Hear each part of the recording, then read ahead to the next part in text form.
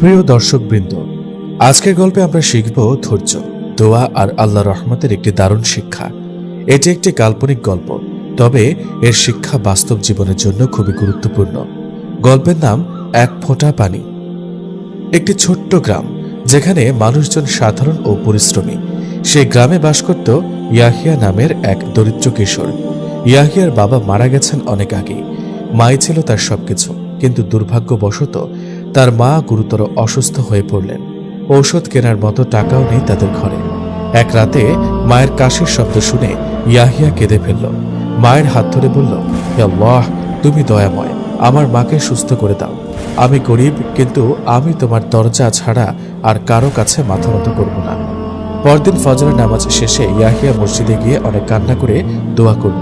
সে বলল, হে আল্লাহ, আমাকে হালাল উপায়ে রুজি দাও, যাতে আমি আমার মায়ের চিকিৎসা করতে পারি।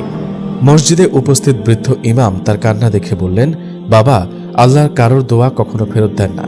ধৈর্য ধরো, কাজ খোঁজো, ইনশাআল্লাহ রিজিকের দরজা খুলে যাবে। সেদিনই ইয়াহিয়া বাজারে গেল।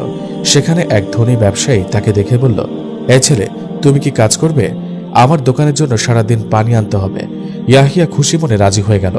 সারাদিন প্রচণ্ড গরমে হাঁপাতে হাঁপাতে পানি টেনে আনলো। হাতে ফোসকা পড়ল, শরীর ক্লান্ত হয়ে গেল। সন্ধ্যায় ব্যবসায়ী তাকে কয়েকটা টাকা দিল এবং এক গ্লাস ঠান্ডা পানি এগিয়ে দিয়ে বলল, তুমি অনেক কষ্ট করেছ, নাও এই পানি খেয়ে নাও। ইয়াহিয়া যখন পানি খেল, তার চোখ ভিজে উঠল। সে মনে মনে বলল, ইয়া আল্লাহ, এক ফোঁটা পানি যেমন তৃষ্ণা মেটায়, তেমনি তোমার একটুখানি রহমতই আমাদের জীবন বদলে দিতে পারে। দিনের পর দিন ইয়াহিয়া ছোট ছোট কাজ করতে লাগলো। কখনো দোকানে পানি আনত, কখনো মজুরি করত, কখনো বাজারে মালপত্র বহন করত।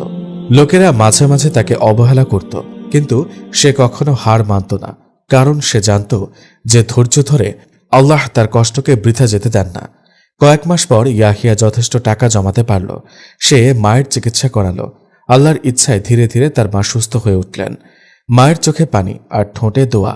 মা আল্লাহর কাছে দোয়া পড়তে লাগলো, আলহামদুলিল্লাহ, হে আল্লাহ, তুমি আমাকে এমন একটি সন্তান দিয়েছ যে শুধু আমার জন্য নয়, তোমার ওপরও দৃঢ় বিশ্বাস রাখে।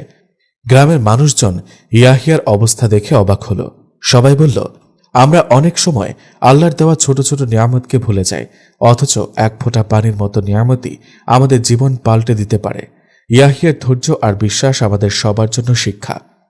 প্রিয় দর্শক, এই গল্প থেকে আমরা কি শিখলাম? আল্লাহর রহমত কখনো ছোট নয়।